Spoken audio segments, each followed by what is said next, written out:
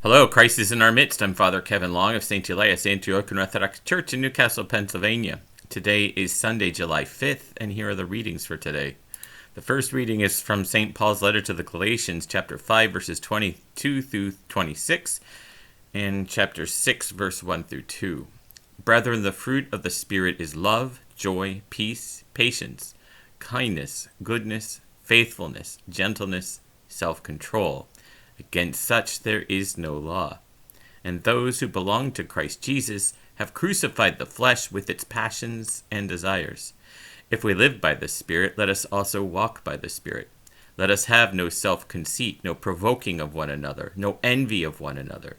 Brethren, if a man is overtaken in any trespass, you who are spiritual should restore him in a spirit of gentleness. Look to yourself, lest you be tempted. Bear another's burdens, and so fulfill the law of Christ. This morning's gospel reading is from the Gospel of St. Matthew, chapter 8, verses 5 through 13. At that time, as Jesus entered Capernaum, a centurion came forward to him, beseeching him and saying, Lord, my servant is lying paralyzed at home in terrible distress. And he said to him, I will come and heal him. But the centurion answered him, Lord, I am not worthy to have you come under my roof, but only say the word, and my servant will be healed. For I am a man under authority, with soldiers under me. And I say to one, Go, and he goes, and to another, Come, and he comes, and to my slave, Do this, and he does it. When Jesus heard him, he marveled, and said to those who followed him, Truly I say to you, not even in Israel have I found such faith. I tell you, many will come from east and west and sit at table with Abraham, Isaac, and Jacob in the kingdom of heaven, while the sons of the kingdom will be thrown into the outer darkness. And there men will weep and gnash their teeth. And to the centurion Jesus said, Go, be it done for you as you have believed. And the servant was healed that very moment. There's a lot in both of these passages that can be taken for us and applied. But for this morning, I just wish to re-emphasize what St. Paul writes in the letter to the Galatians. The fruit of the Spirit. Let's look at these qualities. Love, the first one that he mentions. And by love, I don't mean just some kind of Hallmark card. I mean a love that is truly giving of oneself to another in a spirit of gentleness, in a spirit of joy.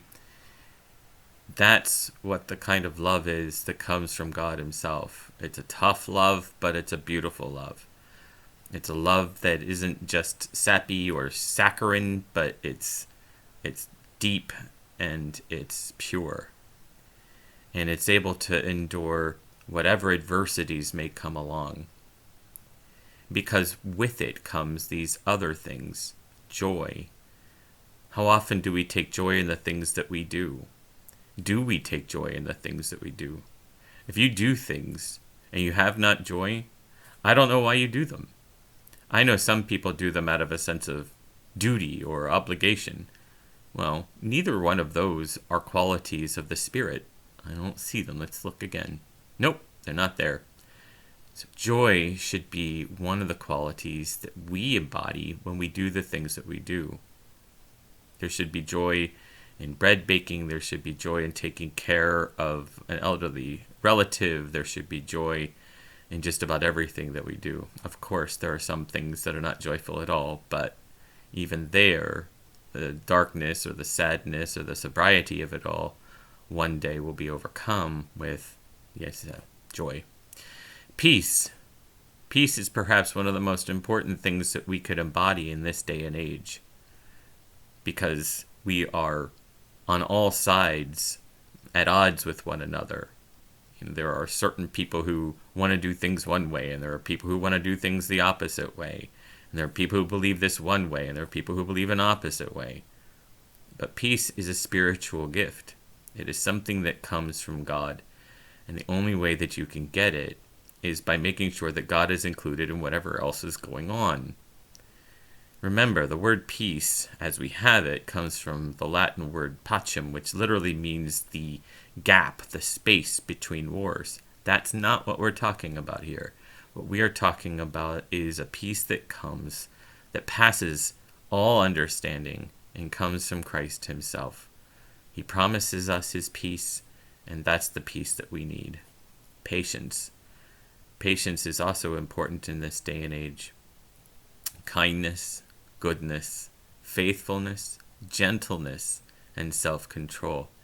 If you take these, write them in a really nice script and put them on your refrigerator and let them stand there as a reminder of what the fruits of the Spirit are, then whatever the world throws at you, whatever your family throws at you, whatever your friends, whatever your enemies, anything that gets thrown at you, if you keep these things in sight, then you will live in the Spirit and will overcome whatever adversity you find in what's going on around you. He also reminds us that if we live by the Spirit, we have no self-conceit. We remain humble about ourselves. We know that it's not us that does the saving, it's God. And so in owing that debt, we can never take a position where we somehow are better than anyone else. Humility is many things, but one of them is that God does love you, but he loves everyone. And so there's no special thing about that. There's nothing that puts you above anyone else. Humility is the recognition that there's always someone better than you. And even though there may not be, you live in accordance with that so that you don't get overly inflated about yourself. No self-conceit, no provoking of one another. How does that benefit? How does agitating somebody, ridiculing them, mocking them, even teasing them, how does that make that person better? I mean, okay, you may help them get humility, but that's not your job. It's not my job.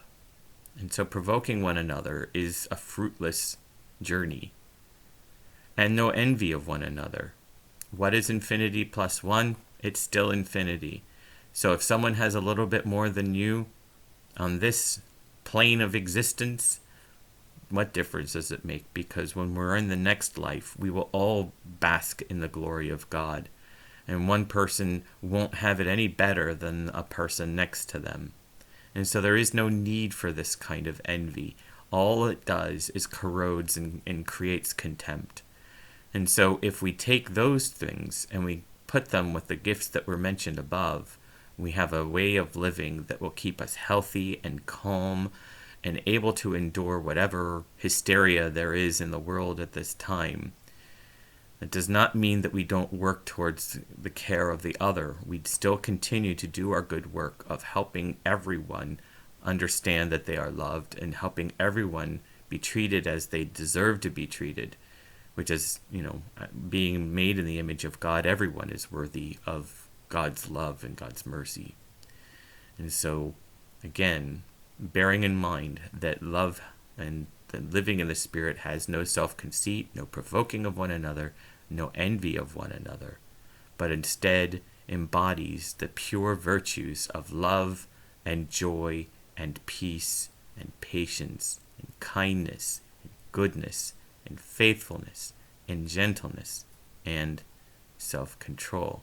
If we do these things, the world will be blessed by our presence, and we will indeed find that calm and peace that is so hard to find in this world that is starving for it. May God bless you and your loved ones today and always. Christ is in our midst. Have a great day.